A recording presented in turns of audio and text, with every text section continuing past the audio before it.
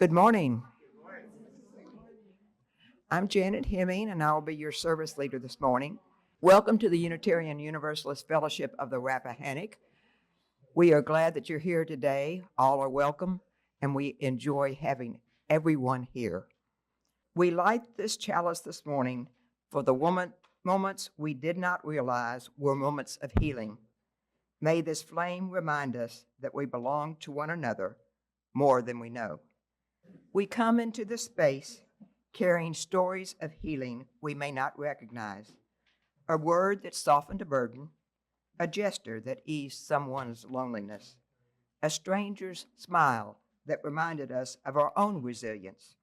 Today we honor the mystery of how we heal one another in ways unseen, unplanned, and often unnamed.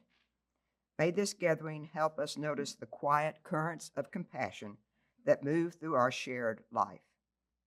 Our speaker this morning is our good friend Sara Mackey, who has been a guest speaker at UUFR since its earliest days, when the fellowship met in the Women's Club. She led the services for both the groundbreaking and the dedication of our current building, and later facilitated the Welcoming Congregation Committee as the fellowship worked on this important effort.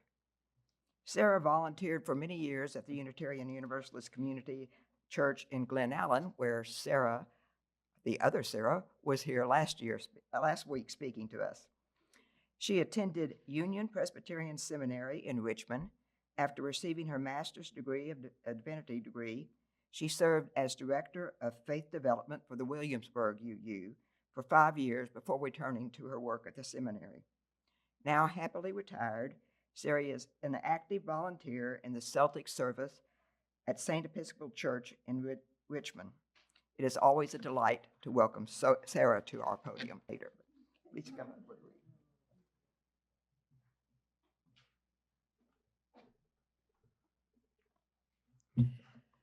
Good morning, my friends. Good morning. It is always a joy to see you. Oh my, how many years ago did I start coming to see you? So long ago. The reading this morning is what I'm going to be based on what I'm going to be talking about in a few minutes. And it's from the Christian sacred text. This one is from the Gospel of Luke. And it's in chapter 8, and it starts with verse 42. It's about Jesus. It starts out saying he, and he means Jesus. As he went, the crowds pressed in on him. Now there was a woman who had been suffering from hemorrhages for 12 years.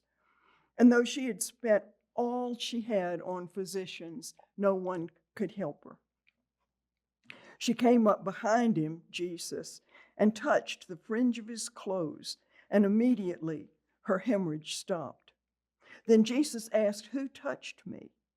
When all denied it, Peter said, "Master, the crowds surround you and press in on you." But Jesus said, "Someone touched me, for I noticed that the power had gone out from me." And when the woman saw that she could not remain hidden, she came trembling and falling down before him. She declared in the presence of all the people why she had touched him and how she had immediately been healed. He said to her, "Daughter, your faith has made you well. Go in peace." The story in this morning's reading is one of many healing stories about Jesus.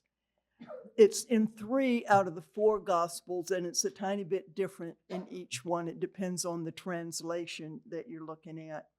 But in essence, the woman in the story has been suffering from hemorrhages for 12 years. And she's poor because she's used all her money on doctors, and she's still hemorrhaging. And yet, even though nobody can help her, she is convinced that Jesus can help her if only she can get to him. This woman is just breaking so many rules. She's violating so many cultural norms. She's unclean, so she's not supposed to be in that crowd. She's unescorted, and she's not supposed to be doing that. and she's not supposed to touch a man, and she touches Jesus anyway.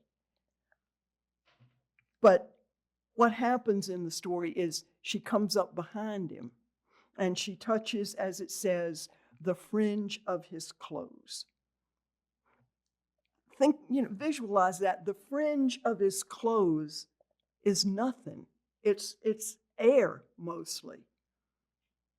And that's all she had to do. And it says her hemorrhaging stopped immediately. It's very cool in the Bible how things happen immediately, suddenly, instantly. It's always, nothing ever happens bit by bit. There are a lot of paths you can take when you engage this story, but one of my favorite aspects of it is Jesus didn't do anything. He didn't even know the woman was there.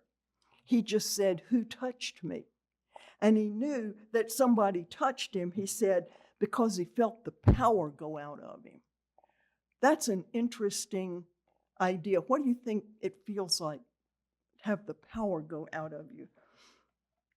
I'm going to have to watch for that in case I feel that, and pay attention and see what was that? What made that happen?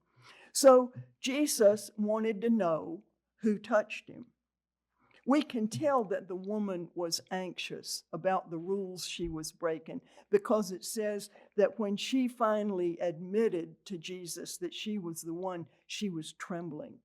She was afraid.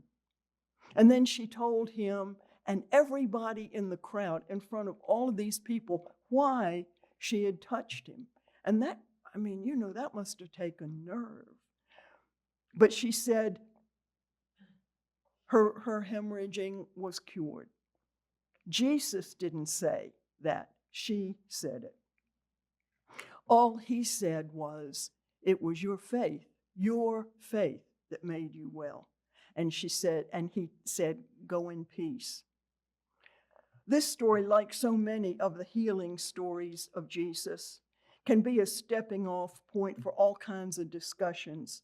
But what speaks to me above everything else is that image of the fringe of his clothes, the healing power in such a tiny gesture to which Jesus contributed practically nothing was enough to heal the woman.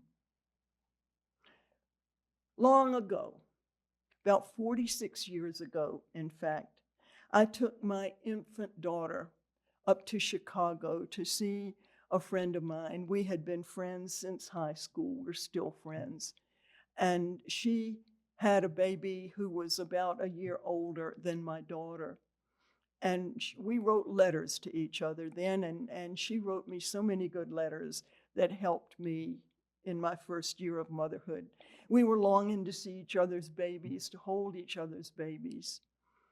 And on the way home from that trip, I was forlorn. I was missing my friend. I was exhausted.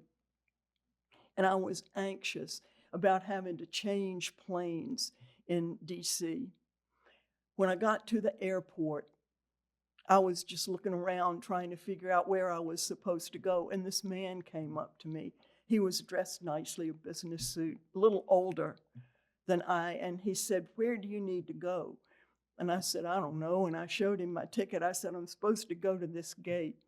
And he said, "Put down everything except your baby and your purse." So I put down my jacket and my baby bag and my carry-on, and he picked it all up. And I said, "I don't want you to miss your connecting flight." And he said, "This is my destination. The only place I have to go is home.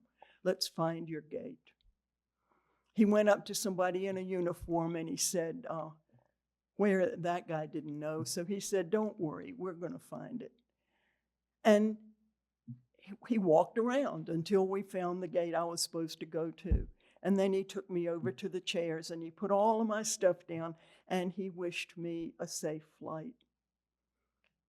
It was so important to me what he did for me.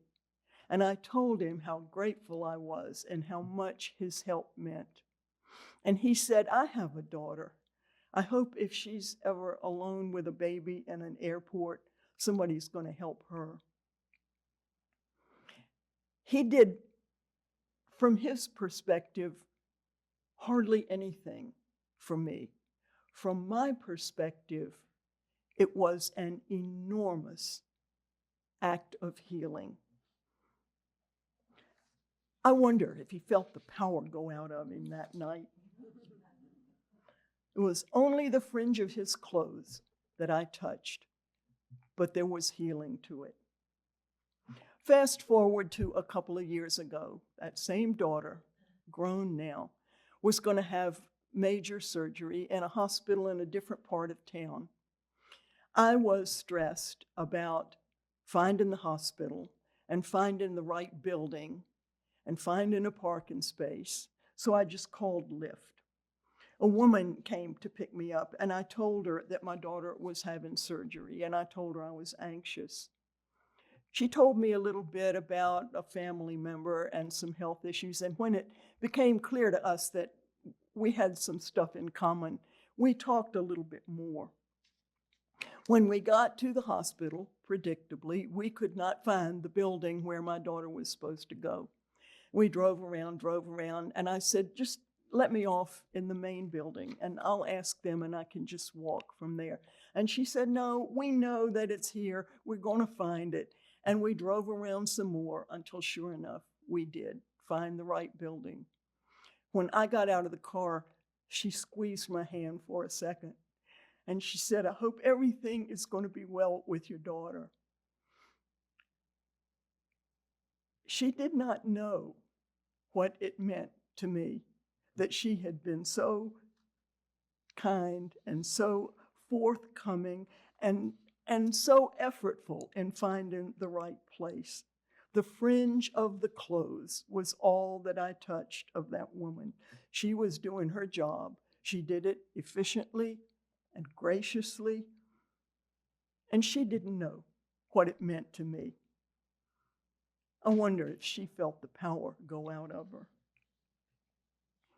It's interesting to note that in so many of the stories about Jesus healing people, Jesus doesn't do very much. He often says some version of, what do you want?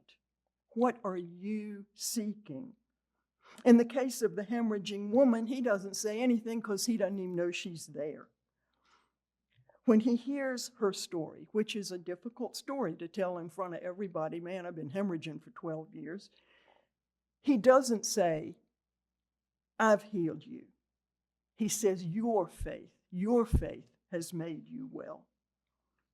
As we know, these stories are not news reports, they're not history. They were passed around orally long before they were written in any form that we have seen. And after all of these centuries, they are metaphorical for us. Although we don't know what it means now when stories are of people that are tormented by demons. We don't know what that means, for example. And we don't even know for sure that the physical ailments that are described, they might be metaphorical.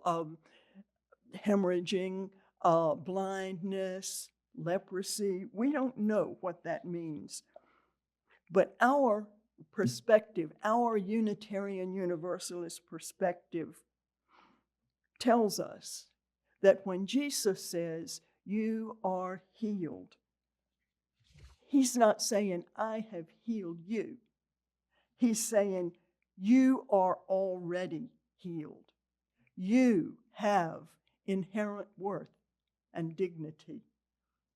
I see what's in you. I see what is already part of you. Your value is there. It's right there, and I see it.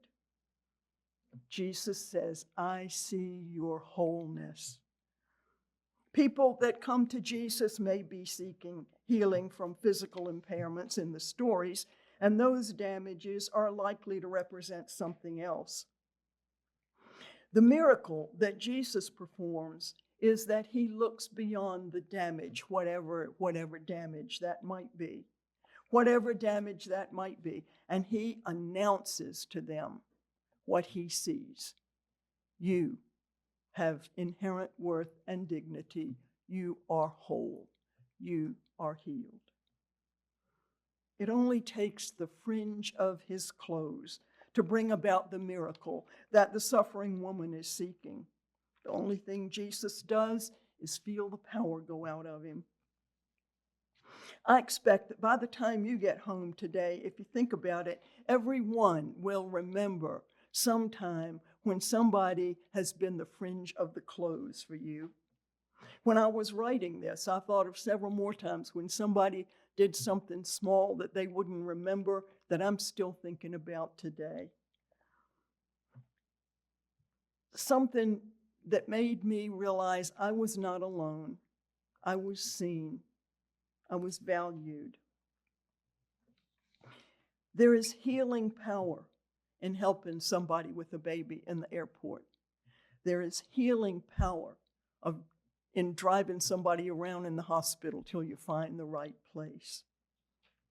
I could ask you if you remember a time when you've been the fringe of the clothes to somebody else, but what I'm talking about today doesn't work that way. You wouldn't know that you've been the fringe of the clothes to somebody else. So when I have experienced that tiny morsel of healing, the person who offered that to me did not know it, just as Jesus didn't know when the hemorrhaging woman was healed. So what we really need to do is be aware of when we might be offering that bit of healing power to somebody else, to a stranger. And for example, things like being friendly to the server in the coffee shop, thanking them for their help, especially when it's anybody that's doing for us something that we could just as easily do for ourselves. We recognize them as a friendly companion. Sometimes listening to somebody, even when they have a long story to tell, can have profound healing power.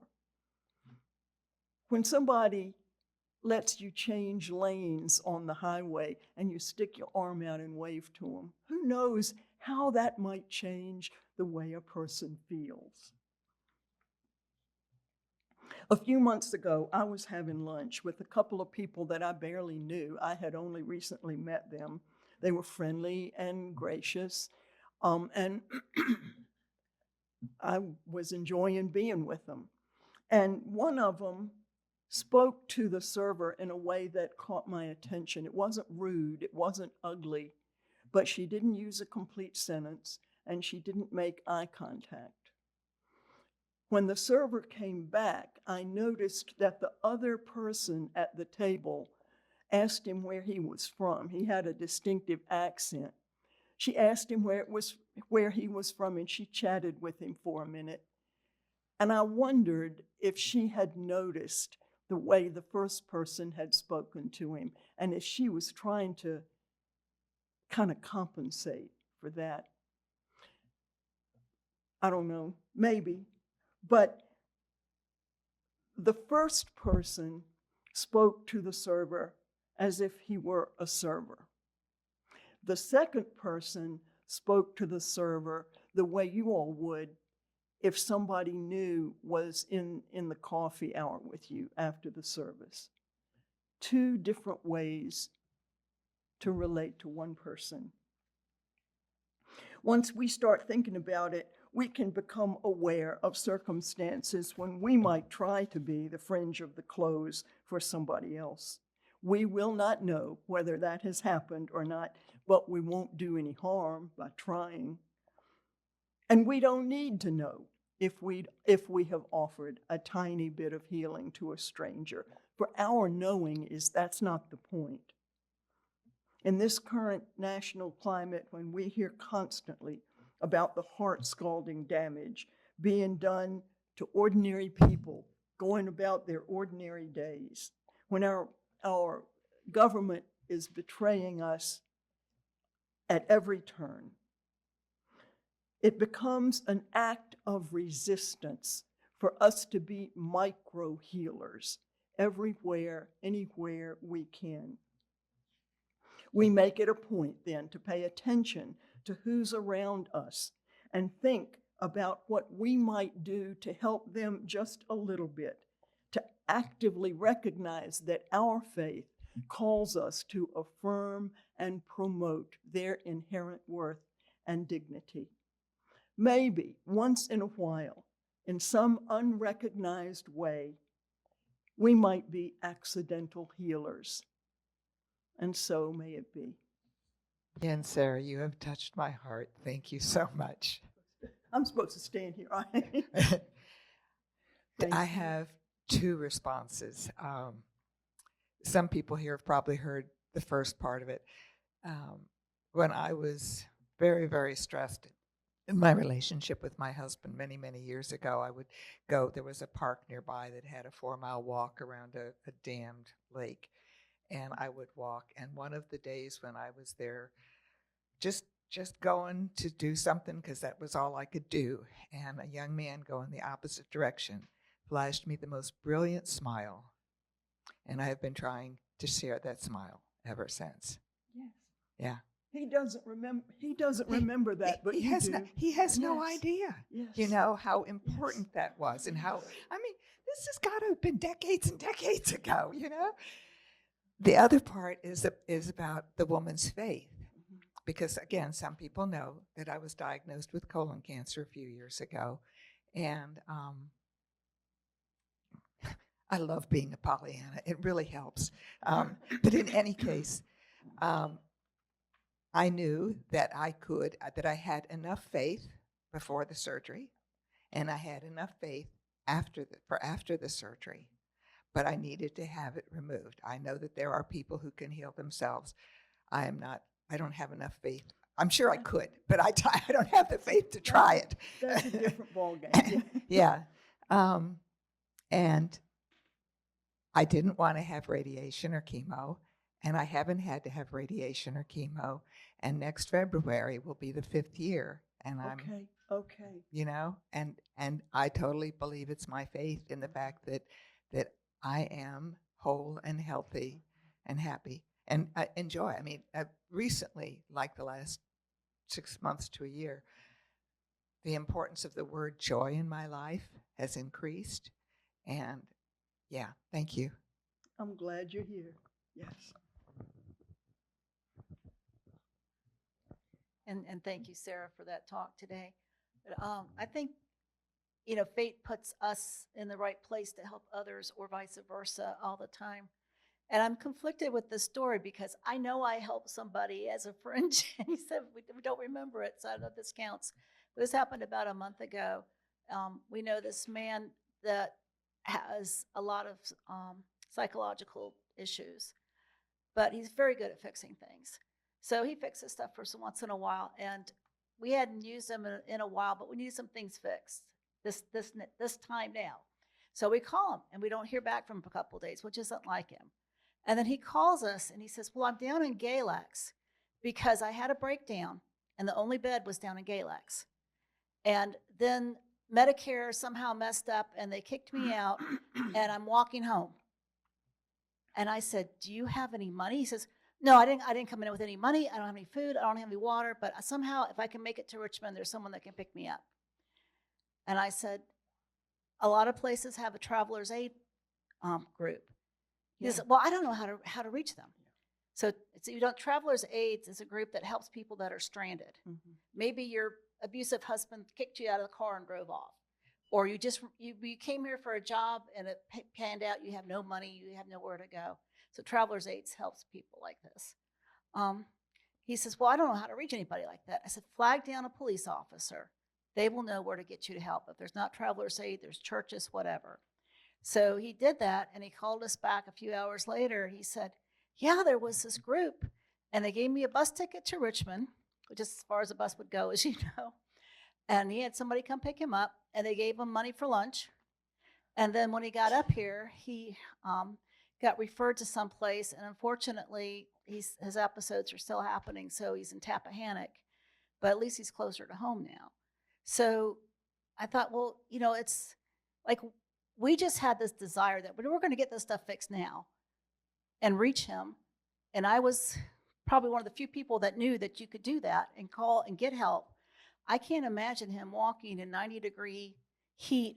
He said, it'll probably take me about a week to reach Richmond. Sleeping outside, no food, no water. I didn't think he was going to survive it.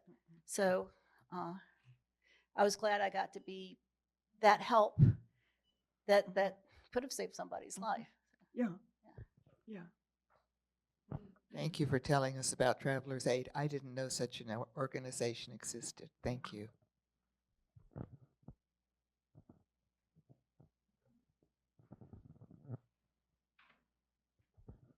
Sarah, when Lou and I drove into the parking lot this morning, we knew something was up today.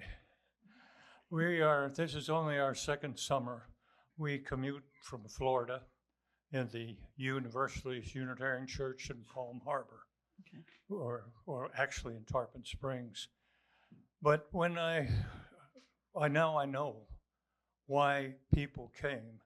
But what I wanted to share with you is I am a seventh generation Unitarian. Yes. I accept all religions, but I was raised in the church in Portland, Oregon that was a Christian-oriented universal church.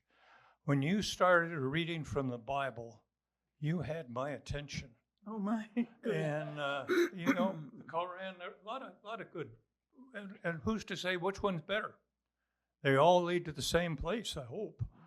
But this is the first real sermon I've heard in a long time. And thank you. I paid ultimate attention to you. I'm so happy that you're here. And I have come many times and said, I'm a friend of the Bible. There's some fantastic stories in that text. You can go for hours on one story. Yeah. The Bible has a lot of value. You can. Okay. I'm glad you're here. Thank you. In these times where that are very personal to me, when I see people that look like me and talk like me being persecuted in this country, one thing that I try to do is sometimes when I'm in the grocery store, I see these migrant workers legally here, waiting for the ride home, and I like to go to them and say, hello, where are you from? I'm from here. I have 2 daughters, you have seen. And I leave, and we were talking about how good that person felt when I did it, but how good I felt Yes. by doing Yes. it. Yes. And this has become very personal to me. And Yes. that's when I see a Spanish-speaking person anywhere, I go over to them because I know that we're feeling the same thing. Yes. And because yes. Anyone else?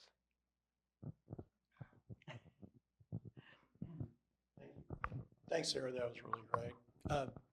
The thing I was struck with most was Jesus saying, it's your faith that has healed you.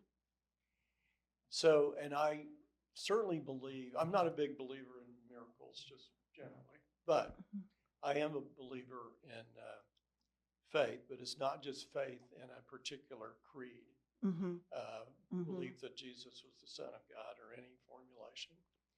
But it's a faith mostly probably in yourself that you can deal with this, that you have strengths that you weren't aware of.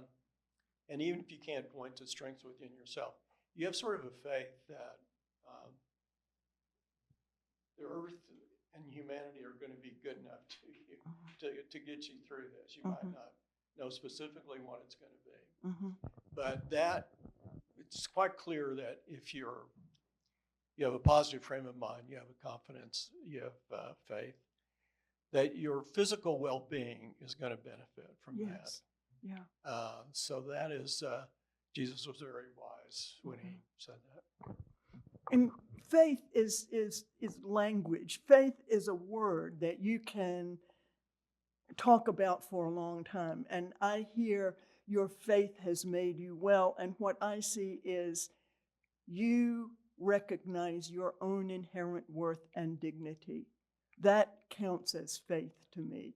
To know in any circumstance that I have value is faith. That, man, you can talk for a long time about what faith means. Yeah.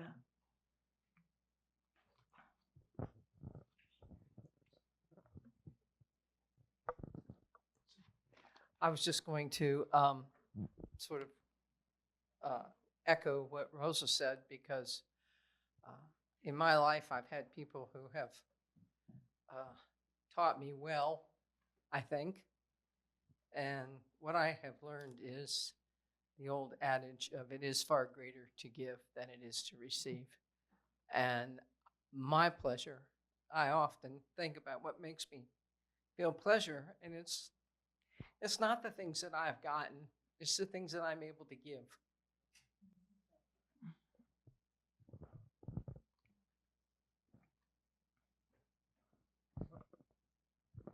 So here's a funny little thing. I guess it's not a funny little thing. It's really very related to your sermon, Sarah. During your story, my father always used to do things like what you said, and he used to tell people too, I have a daughter too, and things like that.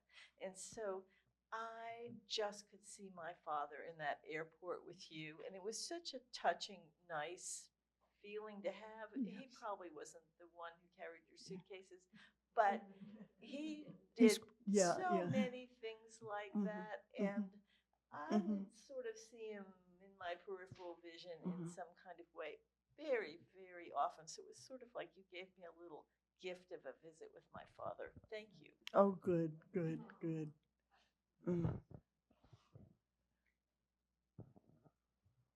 You all watch for when the power goes out of you. Notice that and think, man, I just healed somebody a little bit. Yeah. As the flame recedes, we honor quiet connections that have carried us through moments of need and allowed us to carry others. May we go forth remembering that even in anonymity, we are part of one another's healing. The chalice is extinguished, but its light lives on in us. And now Sarah has some closing words. Now go in peace. May you leave this place knowing that you are good and knowing that you are loved. Take your bright light and your love away from here and share them with this wounded world. And stay safe, my dear friends, until we meet again. Blessed be. Amen. Amen. Oh, Thank you.